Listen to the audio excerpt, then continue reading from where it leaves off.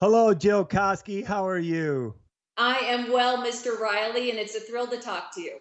Well, me too. You look fantastic, and your story has inspired so many people that have been, for a lack of better words, down in the dumps and Mhm. 8 years incarcerated. It seems amazing to me that you pulled yourself out, but you pulled yourself out in a way that you wanted to have one great big goal when you got out of Mhm. jail, and that was to do Ironman Wisconsin, wasn't it? Absolutely.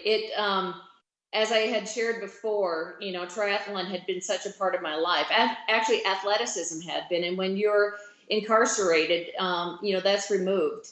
And so I thought, how in the world can I achieve a goal, which some of my friends had done, that takes a whole lot of effort and time and discipline. And that's what I wanted in my life again is discipline and accomplishment.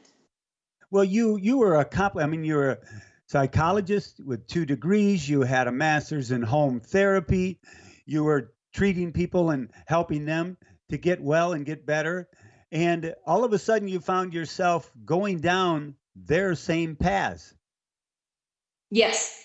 Um, I've dealt with many things in my life and childhood things and whatever, but I had a lot of pride, and I didn't want to get honest about having a mental illness. Being in the field and then now having signs and symptoms, and then being diagnosed with bipolar was I felt shame about it rather than seeing it as a disease or an illness. I saw it as I was defective, and and And that's your the stuff. behavior became destructive. Uh, Everybody always asks when someone goes through such things that you have, what was the what was the turning point? What was there something or a switch that was turned on while you were in jail or before or after you got out? Or where was that turning point to where you said, I think I can get better? When I got humble, and Wow. when instead of thinking that the legal system was picking on me, or that people just didn't understand me, near the last 2 years of incarceration, I started to really work on my spirituality, because I was believing that, again, I was too flawed to be forgiven, and I was too broken to be able to contribute. And one of the things that, I had done it in my occupation was to help others. And so while I was incarcerated, I made a decision, and was invited to finally get out of myself and ask other offenders, how is your day going? And started listening more than complaining. Isn't that amazing when we put ourselves into other people's lives, how it cures us sometimes more than them? Oh, absolutely. And I talk about relationships. I mean, that's my Red Bull.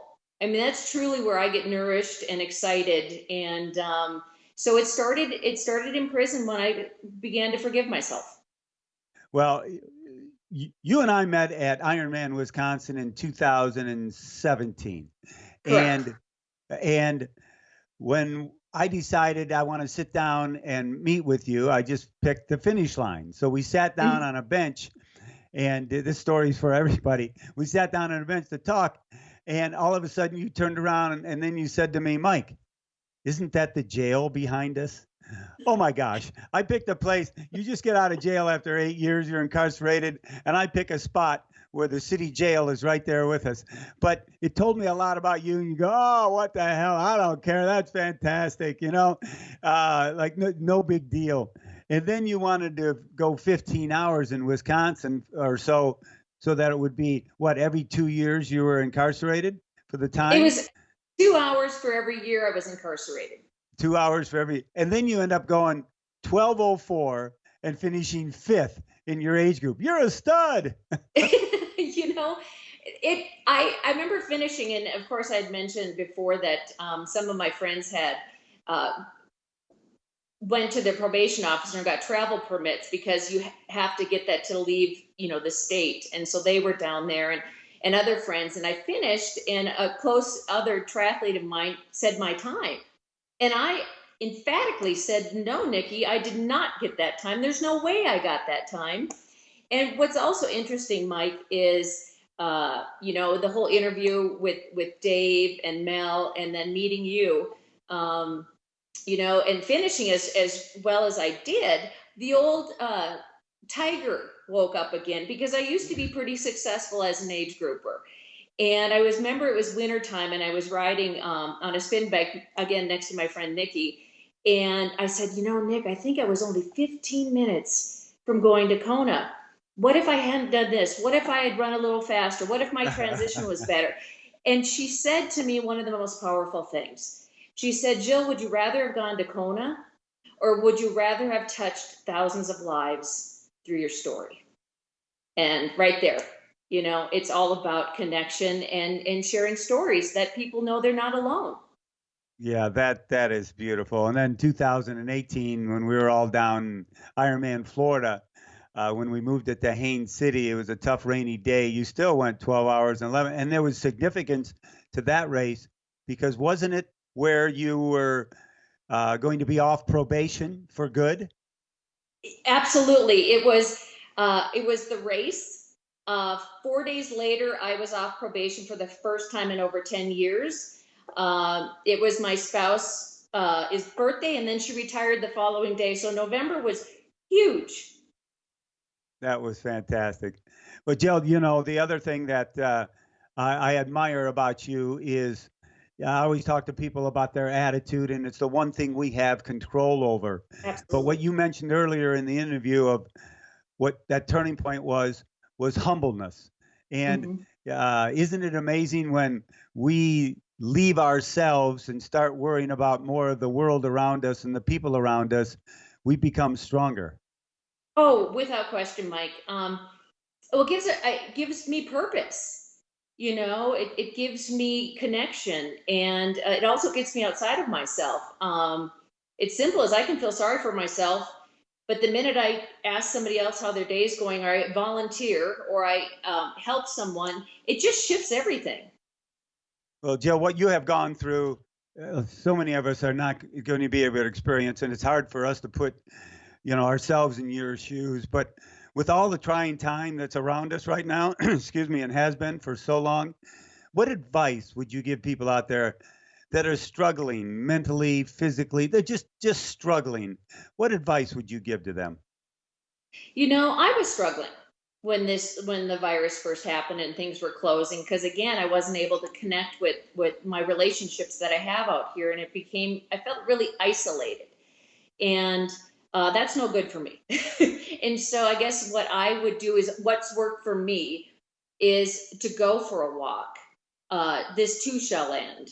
And again, make a phone call and ask, how somebody else is doing, and remain connected, with others. And nature is so powerful. And yeah, we wear masks now, but there is a way to go out and, just for me, appreciate, now being in Colorado, the mountains, the blue sky, the green trees, or my dog. It's really the simple things, because I think if I think, oh my gosh, we might be doing this through November, or with all the Ironmans canceled. I mean, it's really tragic, but it's reality. Doesn't mean you can't train. Exactly. So I was going to ask you that. Or is there an Ironman in your horizon again, to where you want to pump up that training, girl, and get out there and maybe qualify for Kona? Who knows? Well, actually, my next goal is, I'm 100% Finnish, and I've never been to Finland. And there's a 70.3, I think it's in July, in Finland. And my goal is that we will travel over there, and I'll do that race, and then we'll send the bike back in the wetsuit, and then do some sightseeing. So that's really just because of my heritage. But as far as a full Ironman, I'll just kind of see what's going on next year.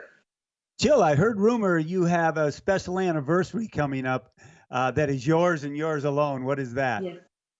Well, this Sunday, July 19th, will be 4 years to the day that I walked out of the locked doors of Shakopee Prison, the women's prison in Minnesota. So, yay!